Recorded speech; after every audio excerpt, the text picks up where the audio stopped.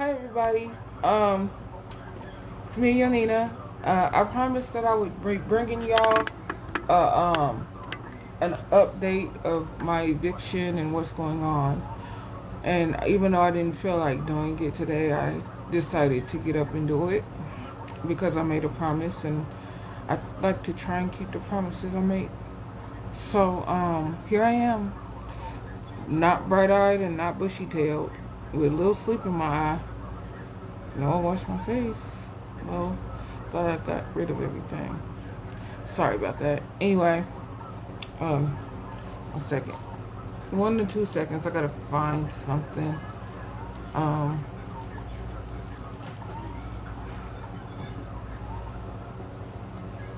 Hold on. Okay. Let me see. Okay, do I have everything over here? Okay. Okay. Alright. I just want to make sure I got everything that I need to, inform you all of what's going on. Okay. So here's my documents. Okay.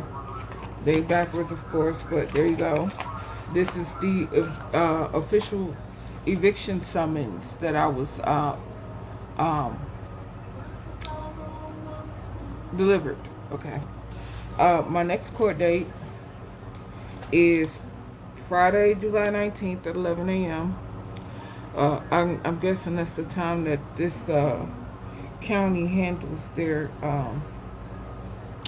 property litigations and whatnot. Okay.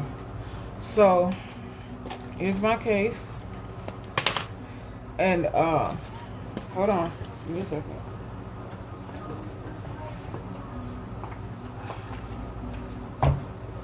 So court was Friday the 24th, last Friday. Wasn't too much. They had a couple cases before me, and then, after those were settled with, regular, just, between regular tenant and landlord, they called up the case for the attorney for housing authority, and he handles all the cases or whatever. And basically what they do is you get in there, and as long as you show up, they give you basically kind of something like a continuance, but the judge doesn't set the continuance. The continuance is set by the attorney, which is weird how it works that way, but that's how it works here. So they, give you two choices.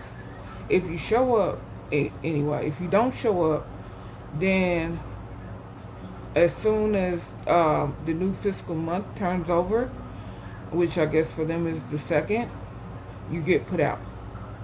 So everybody who didn't show up for court last Friday, they're getting put out on Monday of whatever housing properties they may inhabit or dwell in.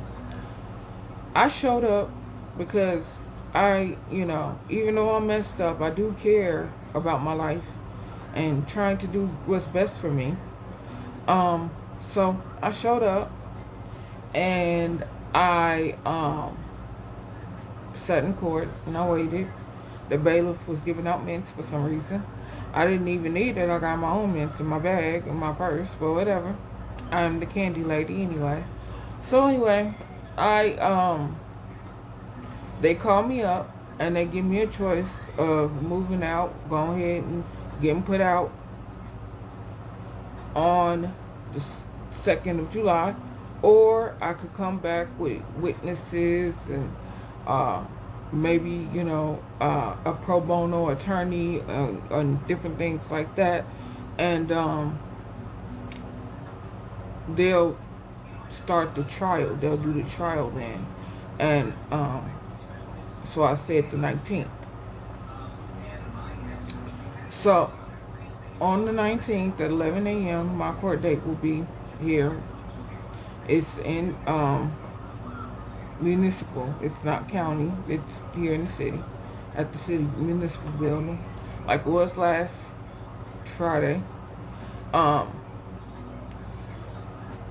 and so now I'm just trying to do what I need to get that squared away, and trying to contact Land of Lincoln to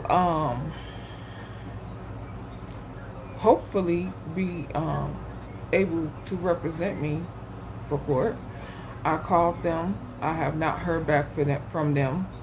Um, it's been about a week, so Monday. Actually, what's Monday? Monday is the 1st. Tuesday is the 2nd. So on Monday, I'll be calling them post haste, Land of Lincoln, and I'll also be trying to call Legal Aid, Illinois Legal Aid.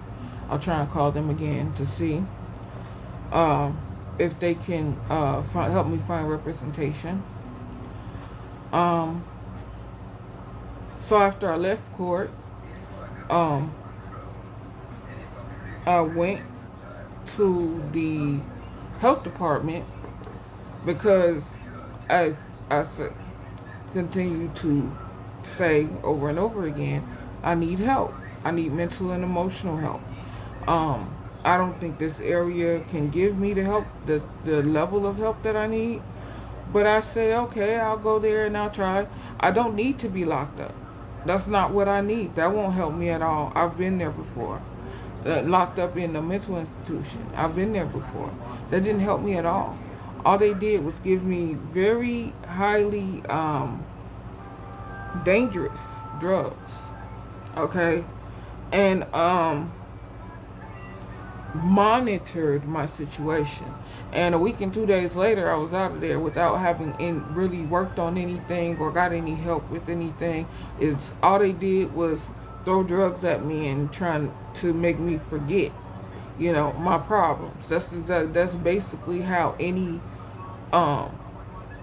mental institution works. Because I've been in several, okay, from the age of 12 to the age of 22. That's a long time to be in and out of facilities and different things and institutes. But I was. And I can tell you, none of them helped me. If they did, I wouldn't be sitting right here in the situation I'm in right now, in the predicament I am in, facing the future that I am facing at this moment. Okay?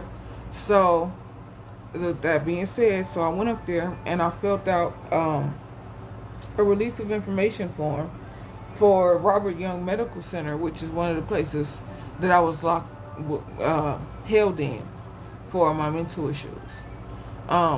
That's the place that I was held in for a week and 2 days. It's almost every place was a week or 2 days. Was the longest they were willing to hold me, and then they let me go like everything's fine. With no type of real place to check back to or anything like that. So Robert Young Medical Center,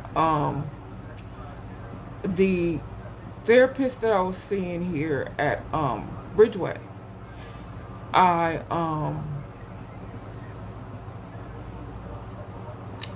put that down as a place to get the release of information from. Hopefully, they can get the therapist notes and the actual, therapy documents.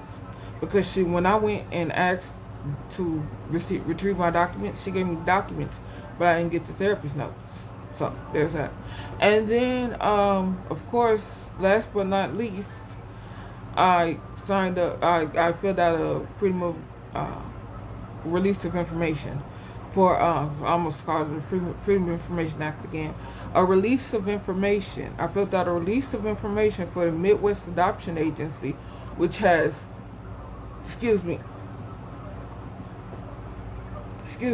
all my documents from me being in DCFS, the 30-pound box of documents that I have, so that they can go get them, so we can, work from there, so they can know what they're working with, right? Haven't heard anything back from them yet.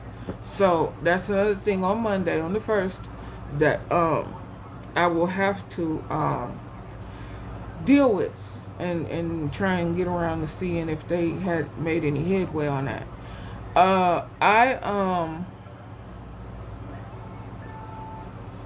So I'm gonna go over these documents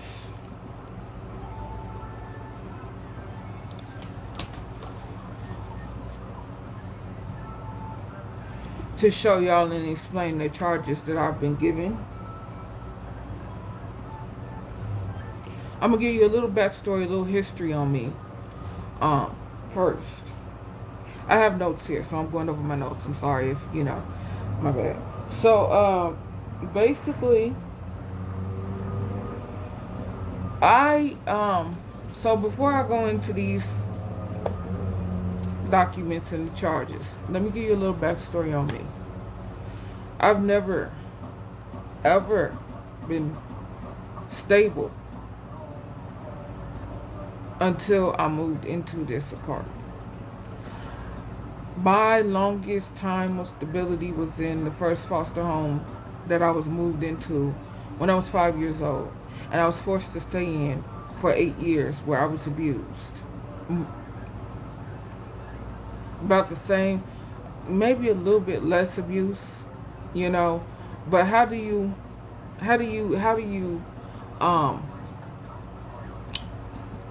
rate abuse on a range abuse on a rating from, sorry for the corners of my mouth, from being beat with the leg of a child's bed, you know what I'm saying, at the age of 3 with the nail facing you, okay, to in the foster home, I'm being beat every day. My foster sibling can attest to this. They were there. They saw the abuse. We talked about it after we found each other again. So, I've been stable here. This will be my 11th year here because I moved in 2013. Okay. So, since I've been living here, I've made some okay decisions about my life and where my life is going. I've made some very good decisions. I made decent decisions. And then I made some harrowing decisions. I made some really bad decisions that I felt that I made under duress because of the situation and the circumstances at the time, no matter what those were. That being said, I've been the best neighbor I could try to be. With all my issues and everything going on, I try not to bother anybody. I try, even though that doesn't work all the time, I try not to be in anybody's way or, be annoying, even though that doesn't work all the time. So, these documents, okay? This is the first page is the summons. This was served by the Illinois State Police. And the second page gives my demographic information and the demographic information of the agent who is tasked with bringing me to a terminable end, whatever that end may be. Okay. Let's see. And then it tells me when I need to attend the court date. And it was on the 21st. I don't know why I put the 24th. It was on the 21st. It tells me when I need to attend the court date, which was the 21st, at what time and where. And it gives you the number to call for like different things. If you can't attend, you need to reschedule or anything like that, okay? And this was signed by the clerk of the court for this municipal, or county, county for this county. It's municipal, but it's also done. It's also got county implications because this is the state. And then this is the information they give you. It says, Are you the defendant, which I am? See below. An eviction case has been filed. The plaintiff is trying to evict you. If you lose this case, you will have to move and possibly pay the plaintiff money, which is why they're not collecting rent for me for the last 3 months. They haven't collected rent. Well, 2 months, almost 3 months. Get to court on time. Only you or a lawyer can appear in court on your behalf. You may not send a friend or relative in your place. If you want to talk to a lawyer about your case, ask the judge for a continuance, which I did. So, there's that. It wasn't even issued by the judge. It was issued by the attorney. And the judge didn't really say anything agreeance to or, defiance of. So, there's that. It says, I have rights. It says, you may come to the court and tell your side of the story. If you have any receipts, photographs, or any other documents that support your side of the story, bring them to court. You can let the judge know that you have these documents when it's your turn to speak. You have a right to demand a trial by jury. Jury trials are complicated, so you may want to consult with a lawyer before demanding a jury trial. A jury demand should be filed on or before the first date you have to come to court. If you not have done it by that date, the judge might not give you more time to file it, which, of course, comes with court cost fees, because anything you file in court, that's a charge. That's something that you have to pay in order to file it if your lawyer doesn't pay it. So there's that.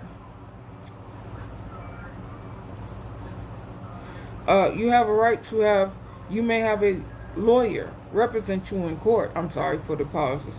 But the court will not appoint a lawyer for you. If you want a lawyer, you must get one right away.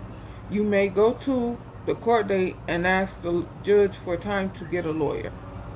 You are required to pay a fee to file an appearance or a jury demand. If you cannot afford the fee, you may fill out and file an application for waiver of court fees, which I can do that, and I'm going to do that.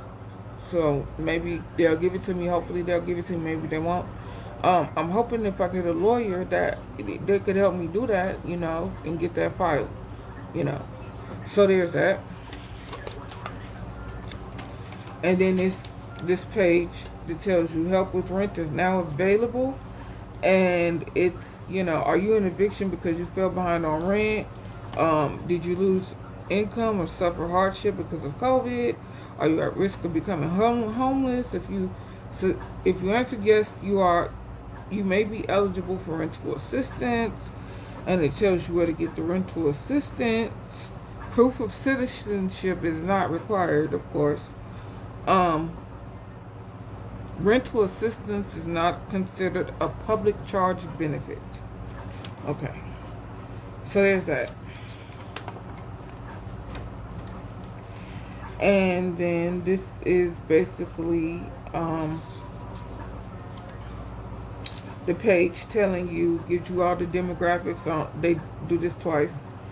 And then it says, it gives you the reasons right here that the lease was ended or terminated because the defendants violated their terms of lease by par 16C12, issuance of 3 infraction notices within 12 months. And then the rent is due through the date of the judgment. Attorney fees are also due depending on the ruling required by law. Attached to the eviction is the demand of notice, the affidavit of service or demand, or the affidavit of service or of a demand or notice, and other documents um, supporting the eviction complaint. Cited lease paragraphs and lease paragraphs allowing attorney fees and charges considered as rent. Excuse me.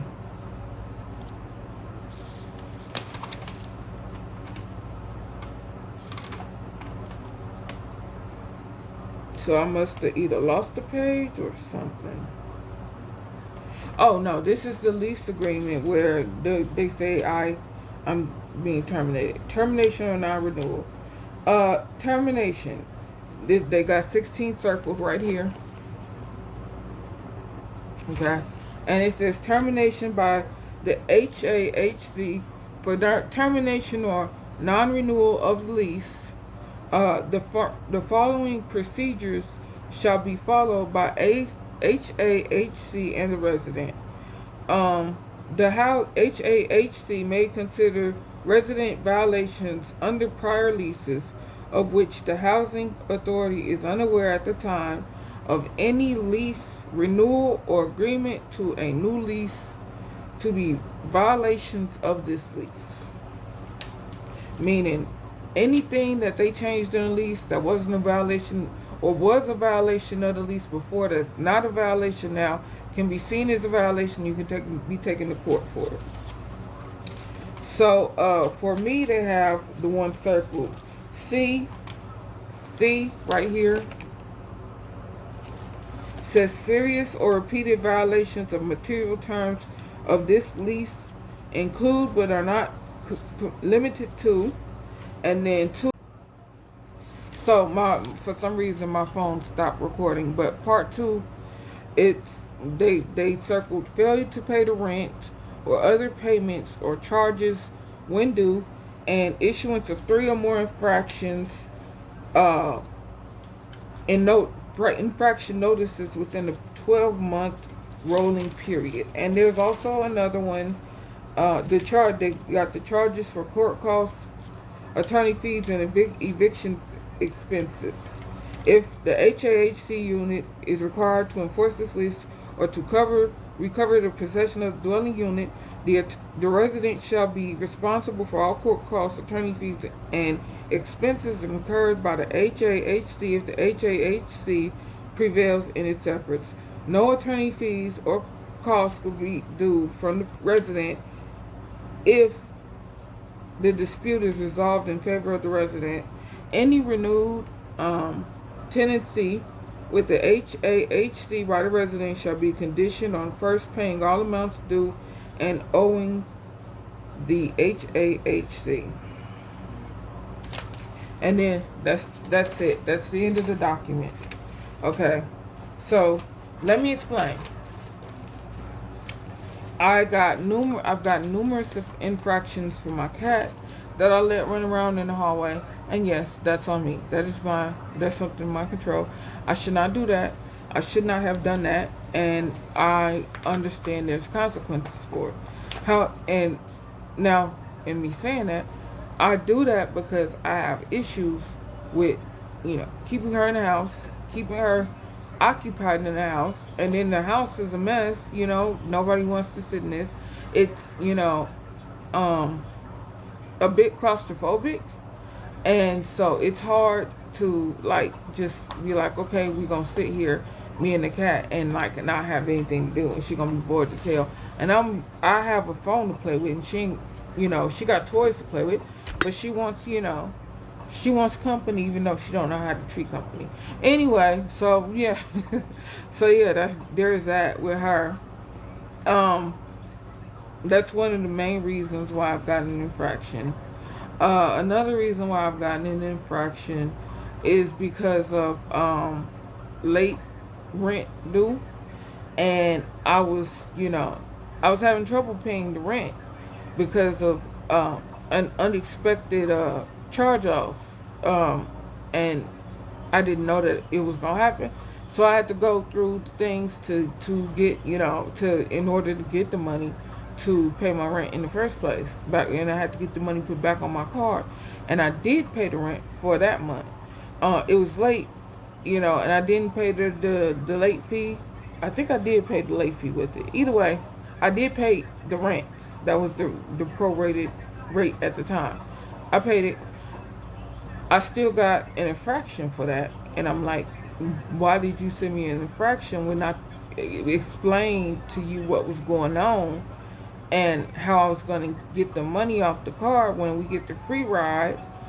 Because I had to go to the store to Walmart anyway, and you still, you didn't want to. It's like they don't want to talk to me. It's like they don't want to work with me. It's like they just want me to go off into the obscurity, even though they say they don't. I don't feel like they don't, because they don't reach out to me. They don't call me and ask me how am I doing. Am I able to get proper representation for the case, or you know uh, do I need help trying to find any place else to move? Do I need help getting updates on, where I'm trying to move to, or anything at all? If I reach out, then they'll say, "Oh yeah, we'll make an effort," but that I don't feel the reciprocation of that. I don't feel that they care. Like, they pretend to, and that's an issue for me.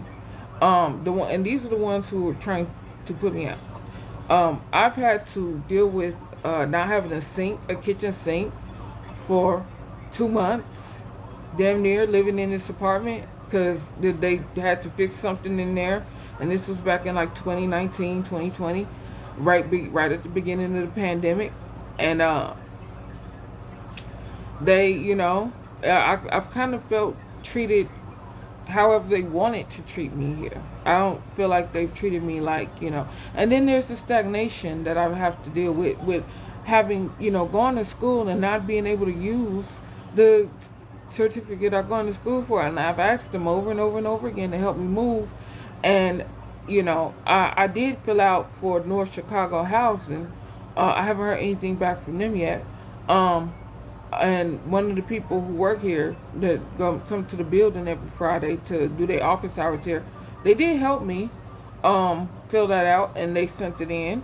So I'm gonna have to call on Monday and get try and get an update on that. So if this is the second part, sorry I had to make 2 parts to this, but I don't like asking for help. I don't know how really to ask for help in a way that will make people want to help me. If you can help me though, I would really appreciate it. I don't want to be out in the street. I don't want to have to give my cat up, and this shelter here, you can't even relinquish your cats to the shelter anymore. They said they're not taking cats in. At least that's what I heard in the last iteration of their news release. So I don't want to not know where she's going or what's happening with her, because I've taken care of her for 4 years. I don't want to be homeless again. I really don't want that. I know what it's like to be homeless. It doesn't feel good. So if you can help, if you know where to go, if you can post a link for me. I do have a Cash App. I can make a GoFundMe if you're willing to help me with the court costs and everything else. I'm sorry I made this on the same night that I wasn't even thinking about the thing in 34 minutes, because I'm counting the time. The presidential debate, I wasn't even thinking about that. But I promised that I would do it today, so, and I don't want to, say, oh, I don't feel like doing it today. Go ahead and do it, tomorrow. The presidential debate is a good enough excuse to,